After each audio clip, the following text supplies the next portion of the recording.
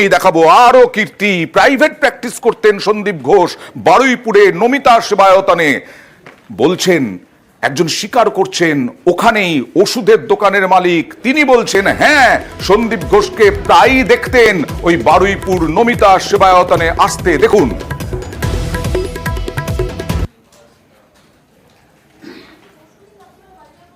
উনি যেখানে আসতেন বৃহস্পতিবারে আমাদের দোকান বন্ধ।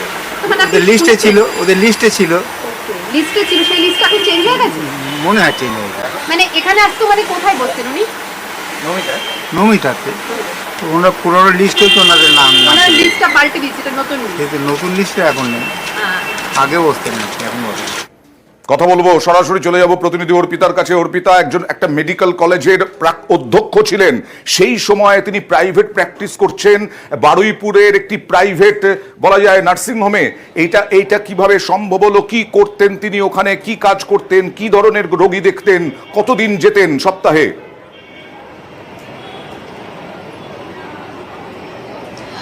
দেখো, এই সন্দীপ ঘোষের অর্থাৎ আরজি করের প্রাক্তন অধ্যক্ষের কিন্তু আরো কীর্তি বেরিয়ে আসছে। সেক্ষেত্রে আমরা যেটা জানতে পারছি, বারুইপুর স্টেশন লগ্ন যে নমিতা সেবায়তন, সেখানে প্রত্যেক বৃহস্পতিবার তিনি বিকাল 5:30 থেকে তিনি 6:30 অবধি সেখানে বসতেন। এবং তাদের যে পুরনো যে লিফলেট, সেখানে উল্লেখ ছিল আরজি করের বিভাগীয় প্রধান অর্থাৎ অর্থ যে ডিপার্টমেন্ট, তার তিনি চিকিৎসক ছিলেন। সেই চিকিৎসকের কিন্তু বহু সেখানকার পেশেন্ট ছিল, এমনটাই আমরা জানতে পারছি। এবং নমিতা সেবায়তনে তিনি যে বসতেন, তার যে প্রেসক্রিপশন সেটা কিন্তু একেবারে দেখার মতো। কেন সন্দীপ ঘোষ নাম ছিল না, ছিল এস ঘোষ অর্থাৎ ডক্টর এস ঘোষ। নিজেকে আড়াল করতে অর্থাৎ বেআইনি ভাবে কোনো সরকারি হাসপাতালের অধ্যক্ষ তিনি তো এইভাবে বসতে পারেন না, সেই কারণে বেনিয়ম করার জন্য বা বেনিয়ম ভাবে বসার জন্য তিনি কিন্তু জানতেন এটা একেবারে আইনত ভাবে এটা সিদ্ধ নয়। সেই জন্য রেজিস্ট্রেশন নাম্বারও তার প্রেসক্রিপশনে ছিল না।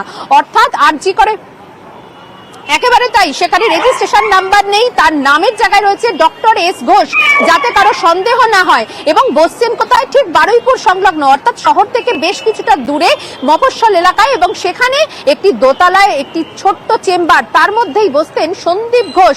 তবে এই সন্দীপ ঘোষ নিয়ে কিন্তু বহু প্রশ্ন উঠছে। প্রথমত সরকারি হাসপাতালে তিনি থেকে কি করে তিনি প্র্যাকটিস তিনি করতেন, এবং দ্বিতীয়ত তার এই যে আড়াল করা, তাহলে কি বেনিয়ম করার জন্যই তিনি কোনো রেজিস্ট্রেশন নাম্বার তিনি লিখতেন না প্রেসক্রিপশনে? তৃতীয়ত তার যে নাম এই যে এস ঘোষ বলে যে লেখা, সেটা কি নিজেকে আড়াল করার জন্যই? তার কারণ একবার দেখাবো নিউজ 18 বাংলার দর্শকদেরকে। তুমি এক্সক্লুসিভ নিউজ করেছো, তুমি গিয়েছিলে ওখানে প্রথমে নমিতা সেবায়তনে, কি বলা হলো তোমাকে দেখাই নিউজ 18 বাংলার দর্শকদেরকে। আমাদের এই ব্রাঞ্চে বসতেন না, এই ব্রাঞ্চে বসতেন না। আচ্ছা, কিন্তু আপনাদের এখানে প্রেসক্রিপশন যেটা, সেই প্রেসক্রিপশন ব্রাঞ্চে বসতেন না, আমাদের আরেকটা ব্রাঞ্চ আছে রেলগেটের ব্রাঞ্চে, ওখানে আগে রেলগেটের ওখানে বসতেন। কিন্তু অ্যাড্রেস তো এখানে দেখা আমাদের দুটো ইউনিট।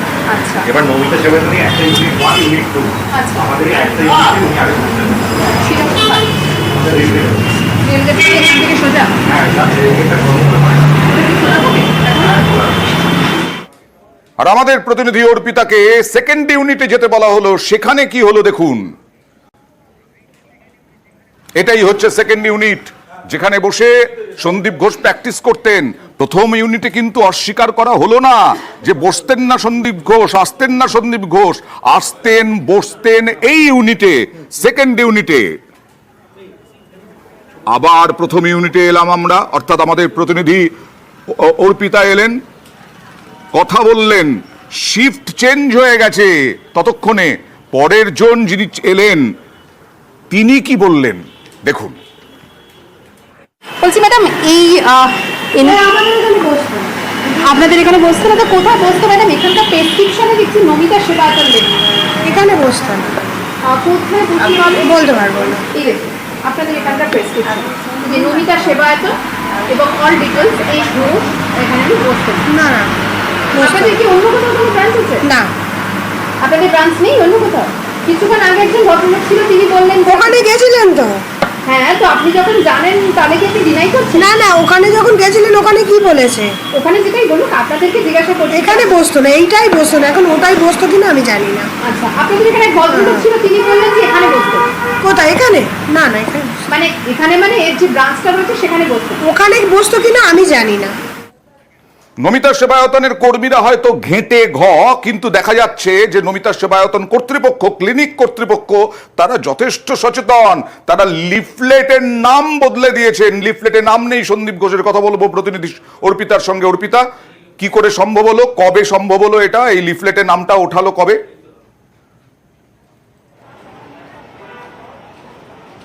দেখো, এর আগে যখন পুরনো যে লিফলেট সেখানে কিন্তু পরিষ্কার করে লেখা সেখানে ছিল যে সন্দীপ ঘোষ তিনি আরজিকরের তিনি সেখানে বিভাগীয় প্রধান এবং তিনি সেখানে বসেন বৃহস্পতিবার বিকেল 5:30 থেকে 6:30।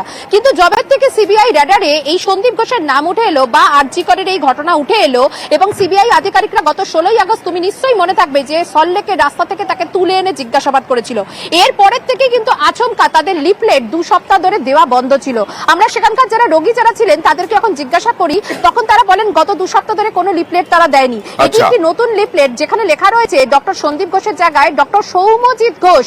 এবং এখানেও একটা টুইস্ট রয়েছে, এই যে সৌম্যজিৎ ঘোষ যারা পেশেন্ট এবং অন্যান্য যে বিশ্বস্ত যে সূত্র সেখান থেকে এটা জানা যাচ্ছে যে এই চিকিৎসক কিন্তু আদৌ কোনোদিনও বসেনি, তার নামটাই আছে কিন্তু তিনি বসেননি। এবং এখানকার যারা পেশেন্ট তারা বলছে যে ডক্টর সন্দীপ ঘোষই এখানে বসতেন, কিন্তু সিবিআই এর র্যাডারে আসার পরে বা সিবিআই এর হাতে গ্রেপ্তার হওয়ার পরে তবে থেকে কিন্তু এই লিফলেট দেওয়া সম্পূর্ণভাবে বন্ধ করে দেয়। পুরনো লিফলেট চেঞ্জ করে নতুন লিফলেটে নতুন একজনের চিকিৎসকের নাম দেওয়া হয়। আর সেই কারণে ইনচার্জ সম্পূর্ণভাবে অস্বীকার করে গেলেও শাক দিয়ে মাছ ঢাকার চেষ্টা। আর ইনচার্জ প্রথমে অস্বীকার করলেও পরে আজব দাবি ইনচার্জের। 15 বছর আগে নমিতা সেবায়তনে বসার দাবি করলেন সন্দীপ ঘোষের। দেখা যাচ্ছে প্রেসক্রিপশনে এ বছরেরই তারিখ, মে মাসের।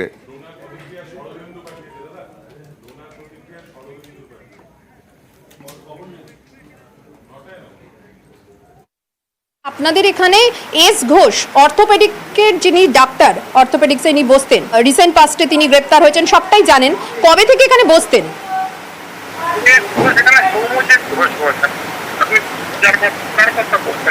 কিন্তু আপনাদের যে দ্বিতীয় ব্রাঞ্চ সেখান থেকে বলা হলো যে সন্দীপ ঘোষ এখানে বসতেন। আচ্ছা, সন্দীপ ঘোষ বলে এখানে কেউ বসতেন না, মানে আরজিকরের যিনি প্রাক্তন অধ্যক্ষ যাকে গ্রেপ্তার করেছে সিবিআই তিনি বসতেন না বলছেন? আচ্ছা, কিন্তু এখানে যে প্রেসক্রিপশনটা, সেখানে যার প্রেসক্রিপশন তার থেকে ভেরিফাই করা হয়েছে যে তারা কিন্তু বলছেন অন্য কথা, মানে সন্দীপ ঘোষ এখানে কখনো বসতেন না।